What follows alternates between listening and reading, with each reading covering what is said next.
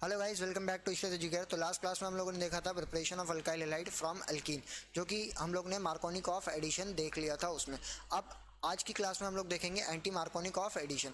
अब सर यहाँ पे हमारे पास मार्कोनिक ऑफ और एंटी मार्कोनिक ऑफ एडिशन क्यों लगता है, कैसे लगता है, वो हम लोगों ने लास्ट क्लास में देखा था। फिर भी एक बार रिकैप कर लेते हैं। जब कभी भी आपके पास क्या हो, अनसिमेट्रिकल अल्कीन हो, क्या हो, unsymmetrical alkyne. Unsymmetrical alkyne means कि हमारे पास अगर मैं इस अल्कीन को बॉन्ड को ब्रेक करूँ तो दोनों साइड जो है सिमिलर ग्रुप नहीं आ रहे। तो इस केस में क्या होगा, अगर मैं एक्स नेगेटिव को बात करूँ, किसकी बात करूँ, एक्स नेगेटिव की बात करूँ, तो वो हो सकता है वो यहाँ पर भी जाए, हो सकता है वो यहाँ पर भी जाए, दोनों में से कहीं पे भी आ सकता है। अगर मैं यहाँ पर देखूँ सबसे पहले बीच वाले पे लगे तो यहाँ पे क्या बनेगा, टू हेलो प्रोपेन, क्या बन जाएगा, टू हेलो प्रोपेन। और सेम सिमिलरली उसकी बात करें, अगर वो फर्स्ट पोजीशन पे अटैक करेगा तो यहाँ पे बनेगा वन हेलो प्रोपेन, क्या बनेगा, वन हेलो प्रोपेन। तो यहाँ पे क्या हो जाएगा, दोनों कंपाउंड क्या है, डिफरेंस है। तो अब इस वजह से हमारा मार्कोनिक ऑफ एडिशन और anti Markovnikov of addition differentiate करता है। तो लास्ट क्लास में हम लोगों ने मार्कोनिक ऑफ एडिशन देख लिया था। आज की क्लास में हम लोग देखेंगे anti Markovnikov of addition, anti Markovnikov of addition या एंटी मार्कोनिक ऑफ रूल। सबसे पहले सिमिलर स्टेटमेंट की बात कर लेते हैं। स्टेटमेंट क्या होगा, तो स्टेटमेंट मैं आपको लिख देता हूं।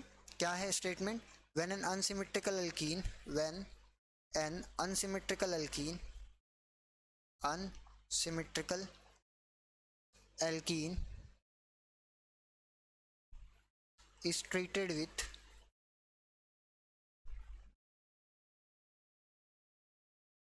unsymmetrical reagent, unsymmetrical reagent in presence of, ध्यान रखना यहाँ पे ये लगाना नहीं भूलना, इन प्रेजेंस ऑफ पर ऑक्साइड। कोई भी पर ऑक्साइड हो सकती है, चाहे वो बेंजोइल पर ऑक्साइड हो, चाहे हाइड्रोजन पर ऑक्साइड हो, ऑर्गेनिक पर ऑक्साइड भी चल जाएगी, कोई दिक्कत की बात नहीं है। इन प्रेजेंस ऑफ पर oxide the negative part of the reagent, the negative part, the negative part of the reagent, of the reagent goes to that carbon, that carbon which has more number of hydrogen atom, more number of hydrogen atom। ठीक है, तो last की तरह हम लोग एक बार यहाँ पे एग्जांपल देख लेते हैं। जैसे हमारे पास क्या है, CH3 CH double bond CH2, यहाँ पे HX।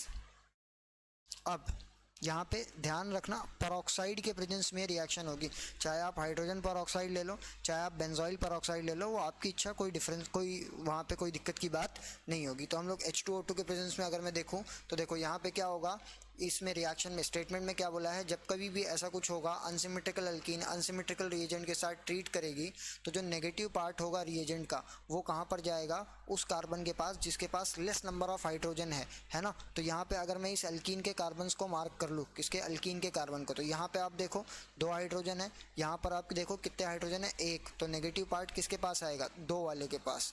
तो यहाँ पे क्या बन गया, CH3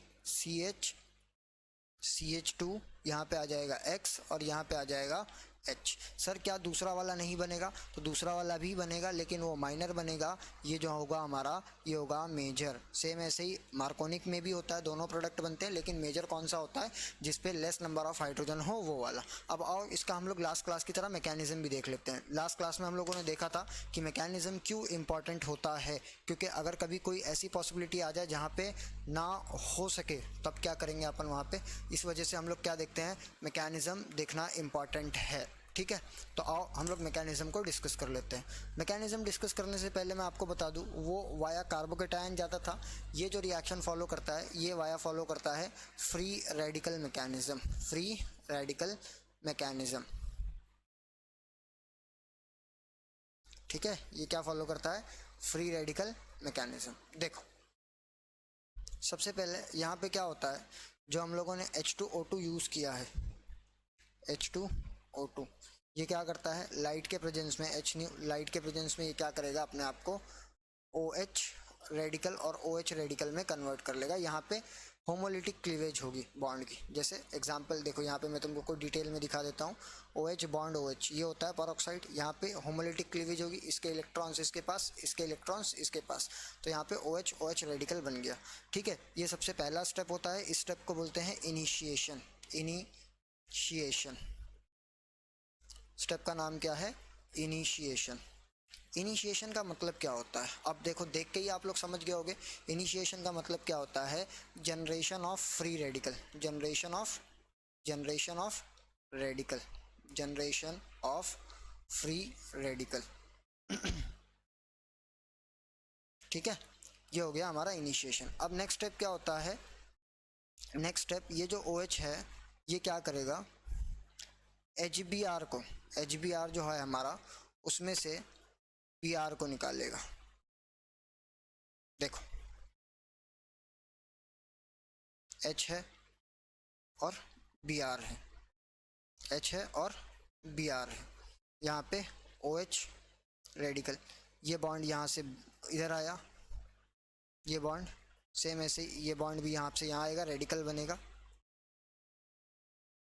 देखो नेक्स्ट स्टेप क्या होता है? नेक्स्ट स्टेप क्या होता है? OH हमारा H को निकालता है HBr से। जैसे हमारे पास एग्जांपल Br बॉन्ड H, और यहाँ पे क्या है? OH radical. तो ये क्या करेगा? ये बॉन्ड यहाँ से इलेक्ट्रॉन शिफ्ट हुआ, रेडिकल में कन्वर्ट हुआ, ये यहाँ से यहाँ पे, और ये OH H2O में कन्वर्ट हो जाएगा। क्या बना यहाँ पे? H2O plus Br radical.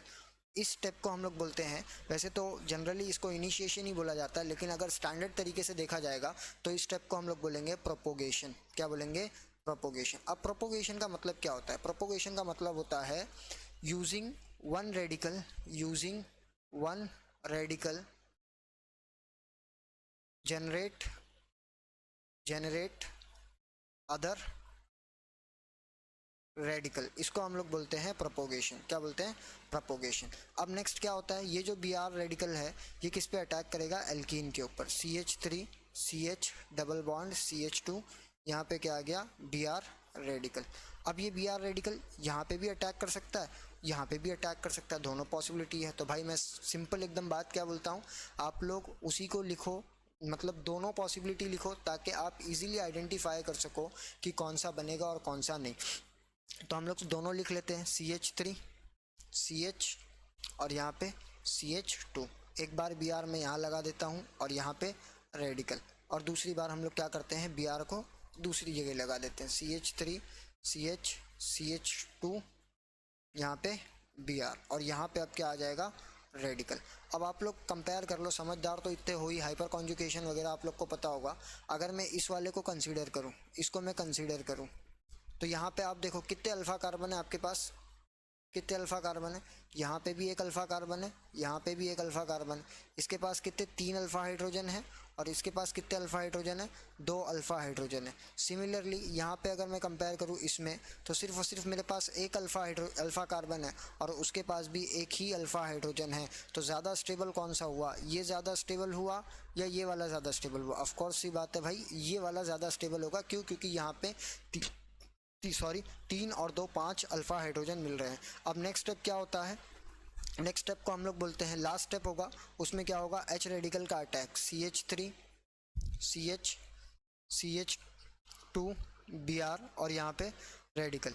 Next step में लास्ट क्या होगा? H रेडिकल इस पे वापस रिटर्न अटैक करेगा, और यहाँ पे CH3 CH CH2 और यहाँ पे Br। तो इस स्टेप, लास्ट स्टेप 3 है ये। यहाँ पे क्या हुआ? चेन को क्लोज किया गया, मतलब जो रेडिकल था उसको क्लोज किया गया, तो इसको बोलते हैं अपन चेन टर्मिनेशन स्टेप, या टर्मिनेशन स्टेप बोला जाता है इसको। अब देखो बच्चों, यहाँ पे ना एक बात नोट करने वाली होती है। वो बात क्या होती है कि यहाँ पे जो HX है हमारे पास, जो HX है उसमें X हम लोग क्या क्या यूज़ कर सकते हैं? F Cl Br और I।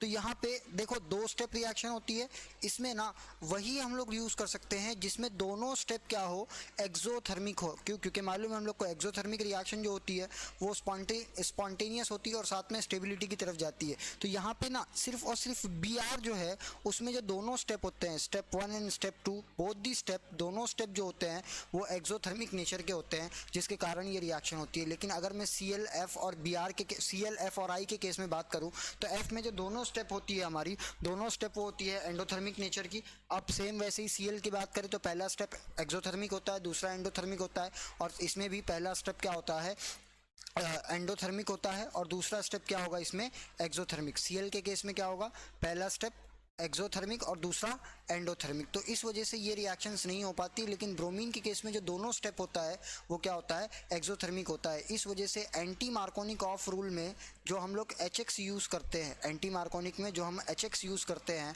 वहाँ पे X की जगह पे सिर्फ और सिर्फ ब्रोमीन आ सकता है, बाकी और कुछ भी हम नहीं ले सकते हैं, वरना रिएक्शन नहीं होगी। ये बात नोट करके याद रखना। अक्सर बच्चे यहाँ पे यही गलती करते हैं कि वो HX में Cl, F और I भी ले लेते हैं। ठीक है, तो आप लोग याद रखना कि Br, HX की जगह पे, X की जगह पे सिर्फ और सिर्फ Br हम लोग यहाँ पे यूज़ कर सकते हैं। तो आज के लिए गाइस इतना ही। कोई आपको डाउट हो तो आप कमेंट सेक्शन में लिख दीजिए। ठीक है।